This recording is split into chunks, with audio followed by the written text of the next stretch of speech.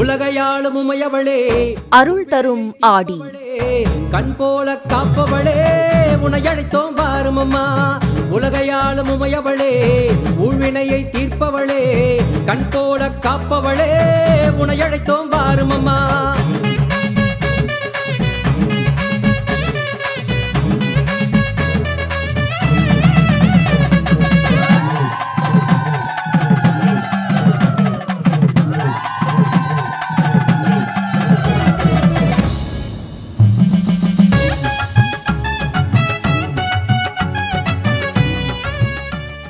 நமது தமிழ் மாதங்கள் ஒவ்வொன்றும் பல்வேறு சிறப்புகளை தன்னகத்தே உள்ளடக்கியது. அதில் குறிப்பாக ஆடி மாதமானது மிக விசேஷமாக போற்றப்படுகின்றது. ஆம், ஆடி மாதம் ஆன்மீக மாதம் மட்டுமல்ல, அது அம்பாளுக்கு உகந்த புனித மாதமாகும். ஆகையால்தான் கிராமம் முதல் நகரம் வரையுள்ள அனைத்து அம்மன் கோயில்களிலும் ஆடி மாதத்தில் திருவிழாக்கள் கொண்டாடப்படுகின்றன. நமது பண்பாட்டில் சிறப்புமிக்க ஆடி திருவிழாவில் எண்ணற்ற ஐதீகங்கள் கடைபிடிக்கப்படுகின்றன. அத்தகைய ஐதீகங்களுக்கு பின்னால் உள்ள விளக்கங்களை விவரிப்பதுதான் அருள் தரும் ஆடி நிகழ்ச்சியின் நோக்கமாகும். அந்த வகையில் இன்று ஆடி தபசு மகிமைகள் பற்றி தெரிந்து கொள்வோம், வாருங்கள்.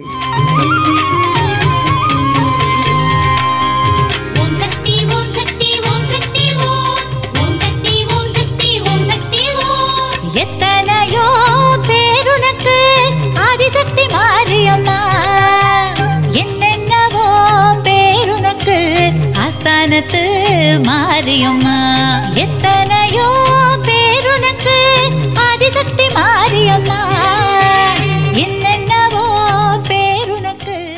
ஆடி மாதத்தில் எண்ணற்ற ஆன்மீக விழாக்கள் நடைபெறுகின்றன. பல்லாயிரம் ஆண்டுகள் பழமையான இந்த விழாக்களின் சிகரமாய் விளங்குவது ஆடி தபசு திருநாளாகும். ஆடி மாதத்தின் அனைத்து நாட்களும் அம்மன் வழிபாட்டிற்குரிய நாட்களாகும். அம்மனே அனைத்துமாக இருப்பதால் ஆடி மாதம் அம்மனுக்குரிய மாதம் என சொல்லப்படுகிறது.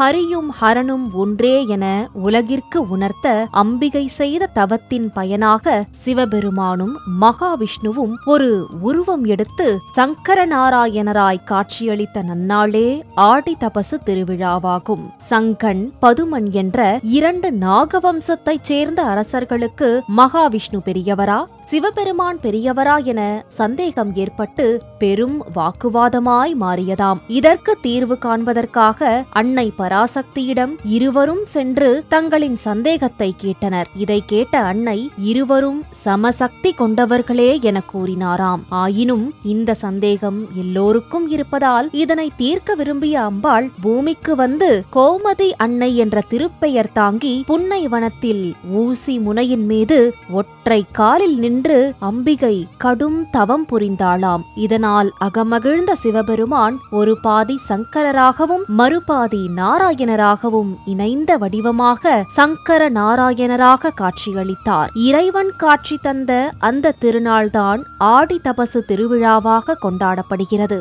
இறைவன் சங்கர நாராயணராக திருக்காட்சி அளித்த தலம் திருநெல்வேலி மாவட்டத்தில் உள்ள சங்கரன் கோயிலாகும். சங்கரன் கோயில் சிவத்தலமாக இருந்தாலும் இங்கு பிரதான தெய்வமாக கோமதி அன்னையே அருள் புரிகிறாள். ஆடி தபசு அன்று மஞ்சள் ஆடையில் தவக்கோலத்தில் கோமதி அம்மன் காட்சி தரும் வைபவமும் சங்கர நாராயணர் திருக்காட்சி அளித்த வைபவமும் நடைபெறும். இந்த விழாவில் ஆண்டுதோறும் பல்லாயிரக்கணக்கான பக்தர்கள் கலந்து கொள்வது மிக சிறப்பானதாகும். ஆடி தபசு விழாவின் முக்கிய அம்சமாக ஆடிச்சுற்று பார்க்கப்படுகிறது.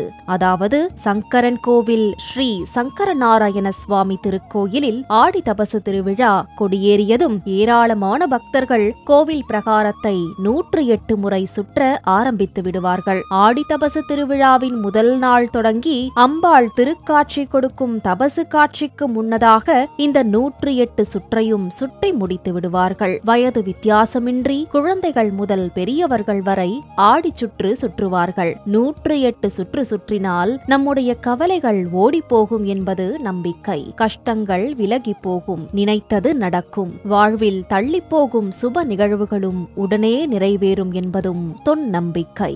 மேலும் ஆடி தபசு மிக அற்புதமான திருநாள் என ஆன்மீக பெரியோர்கள் எண்ணற்றோர் கூறியுள்ளனர். இந்த நல்ல நாளில் கோமதி அம்மனை வழிபடுபவர்களுக்கு திருமண வரம் கூடி வரும், மங்களகரமான வாழ்க்கை அமையும், வேண்டிய வரங்கள் கிடைக்கும் என்பதும் ஐதீகம். சங்கரன் கோயில் மட்டுமல்லாமல் ஆடி தபசு நன்னாளில் விரதம் இருந்து அருகில் உள்ள ஆலயத்திற்கு சென்று அம்பாளை வழிபட்டால் குடும்பத்தில் ஒற்றுமை உண்டாகும், சண்டை சச்சரவுகள் நீங்கும், சர்ப்ப தோஷங்கள் நீங்கும், அனைத்து தடைகளும் விலகி ஆயுள் முழுக்க ஆனந்தம் நிலவும் என சாஸ்திரங்கள் கூறுகின்றன. ஆடி தபசு என்னும் அற்புத திருநாளில் அம்பிகையை தரிசித்து வணங்கினால் வாழ்வில் எல்லா யோகமும் சர்வ ஐஸ்வர்யங்களும் நம்மை தேடி வரும் என்றால் அது மிக இல்லை. ஆடி தபசு நாளில் அம்பாளை வழிபடுவோம், அம்பிகை துணையுடன் நம்பிக்கையால் உயர்ந்திடுவோம். ஓம் சக்தி.